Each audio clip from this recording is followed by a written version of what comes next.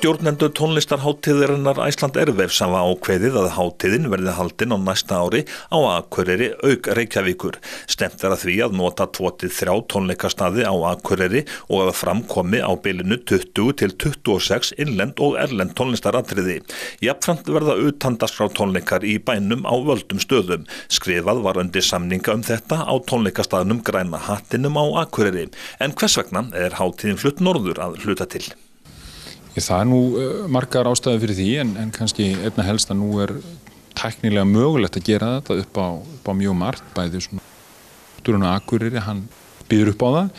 Nú komið beint flug frá Keflavík til Akureyrar og já, þá sláum við til. Viljum halda hátíð hér. Hversu margar hljómsveitir eru væntanlegar og eru þær innlendar og erlendar? Bæði innlendar og erlendar, það verða svona 20 til 26, allt eftir því hvort við verðum 2 eða 3, nú eða jafnvel 4 tónleikastöðum, þá verða jafnvel fleiri. Þetta eru 2 dagar, 50dagur og föstudagur, það 2. og 3. nóvember 2017 og ætlaði verið ekki 6 til 8 erlendatriði og svona 14 til 16 innlend. Ef að vel teksti til á næsta ári, hvernig sérðu þá framtíðina fyrir þér? Já, það mjög mikilvægt að þetta byrji vel og við ætlum ekki að vona, við ætlum ekki að gera ráð fyrir að hinga komið 2000 erlendi ferðamenn fyrsta árið eða eitthvað slíkt. Við bara byrjum rólega og byrjum þannig að fólki hér á Akureyri líki, fólkinu sem komi hingað því líki við að koma hingað og þetta verði góð upplifun og við ætlum að halda áfram, það alveg á hreinu. Svo bara vext þetta þannig sem það getur vaxið. Það engin ástæða til þess að byrja á stórt eða byrja á smátt eða minnka eða stækka, við bara látum það vaxa eins og það En farið þið alveg blind út í þetta eða hafið eitthvað svona kannað jarðveginn?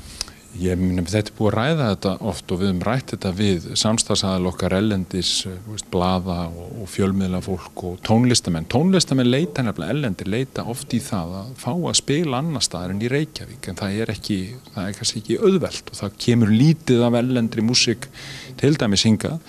Þannig að við vitum að það áhugi, við vitum líka að ferðamennir hafa áhuga á að koma hingað, þeir hafa áhuga á svæðinu og líka á veturna, alveg eins og það var, 1999, þá fór fólk ekki til Íslands nema bara til í september hætti að koma, þá voru lundarnir farnir og grænu grösin orðin gul, þannig að núna þetta allt öðruvísi, fólk vill ferðast Ísland og þetta möguleiki.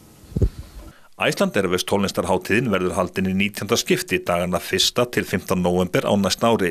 Iceland Air í samstarfi við Flugfélag Íslands mun bjóða upp á ferðapakka fyrir erlenda gesti sem geta þannig byrjað dvöl sína á Akureyri og endað fyrir sunnan. Flogið verður beint frá Keflavík til Akureyrar.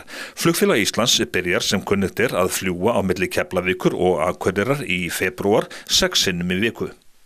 Já, ég myndi segja að viðbrögðin séu gríðarleg.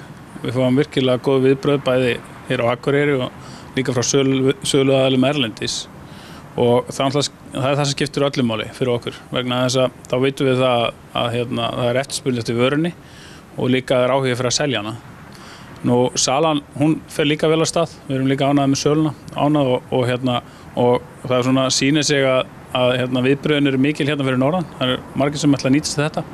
Við erum búin að nota daginn í dag og í gær, þá erum við búin að vera á ferðinni, bæði á Akureyri og líka austur og vestur fyrir Akureyri til að kynna þetta. Við erum verið að ganga í fyrirtæki og inn á inn í ferðarþjónustuna og við finnum það bara að við erum allavega að byrja vel, þetta fer vel af stað. En þótt að allir viðskiptavinir séu mikilvægir, þið eru væntanlega fyrst og fremst líklega að gera út á erlenda ferðamenn? Já, bæði og sko. Það náttúrulega það sem erlendi ferðamenn gera, þeir gera okkur kleift að halda upp fluginu allt árið og það það sem skiptir svo miklu máli. Þetta bara eins og mjög oft í öðru, eins og hjá Iceland er leiðakerfi þar að Íslendingar njóta góðs af því að það vera að fljúga marga áfangastaði en Íslendingar einir og sérmynd aldrei halda upp öllu leiðakerfinu. Þetta svolítið svipað með Keflavík Akureyri flugið. Það jafnvel betri viðtökur heldur þið bjuggustu við svona þegar þið fóruð á stað? Já, ég myndi segja það. Fyrir mig, ég búin að vera í sölu markaðsmálum í 12 ár og ég búin að kynna marga stóra hluti en þetta flug og viðbrögðin sem við erum að fá, ég hef aldrei upplifað hana eins. Þetta væntanlega styrki þá ferðaþjónustuna fyrir norðan? Já, engin spurning. Það sem að þarf kannski að huga núna hvernig tökum við á móti ferðamönnunum hérna fyrir norðan, en samgöngum til staðar, það þess að tengingin hérna norður, og þetta svona spurningin hvað gerist þegar ég lappa út af flugvellinum á Akureyri og ég ætla að fara á Siglufjörð eða ég þarf að komast inn í bæ.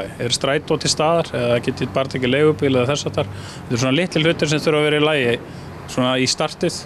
En ég held að það sé allir með mjög mikinn áhuga að láta þetta virka og við finnum það bara eins og hjá Ísafi og viðbrögð sem við fengið á þeim og aðstöðun og hún alveg gríðarlega mikil og sterk. Norrlendingar hafa þrýst á Icelandair að hefja beint flug milli Akureyrar og Evrópu. Ertu þá að meina að þessi leið Keflavík-Akureyri að hún sé ekki síðri? Ég myndi segja að önnur leiðin sé ekki mikilvægur en hinn, en kannski það sem að þetta flug gerir, að gera það kleift kannski til lengri tíma að geta hafi beintflug. Þú byrjar á að vaksa með þessum hætti, þú sér þetta út allan heim, þar sem að flugfélög að byggja upp nýja áfangastæði, það byrja með því að tengja með einu stoppi, kannski með eitthvað svona eins og að kalla hub í flugbransunum eins og Keflavík og svo þegar að flugtrafikkin orðin þannig að hann farin að bera uppi kannski beintflug, að þá gerur það. En þetta allavega rétta leiðin til að byggja það upp, teljum við.